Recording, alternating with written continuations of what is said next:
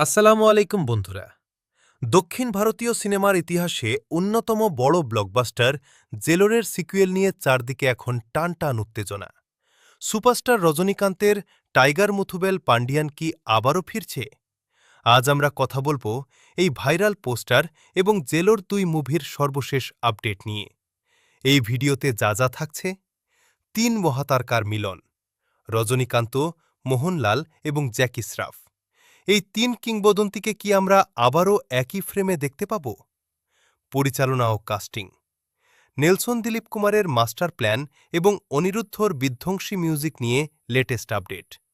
মুক্তির তারিখ: ২০২৬-এর কবে নাগাদ মুক্তি পেতে পারে এই বহুল প্রতীক্ষিত সিনেমা?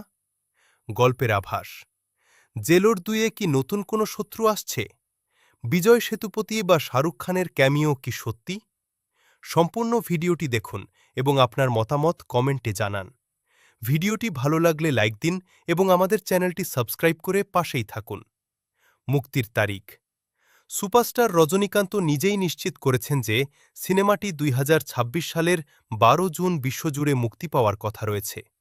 তবে কিছু সূত্র মতে পোস্ট প্রোডাকশনের কাজের জন্য এটি আগস্ট ২০২৬ পর্যন্ত পিছিয়ে যেতে পারে।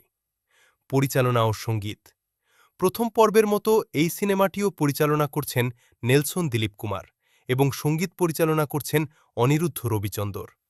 বিশাল তারকা বহর: এবারের সিকুয়েলে রজনীকান্তের পাশাপাশি আরও অনেক বড় তারকা থাকার সম্ভাবনা রয়েছে।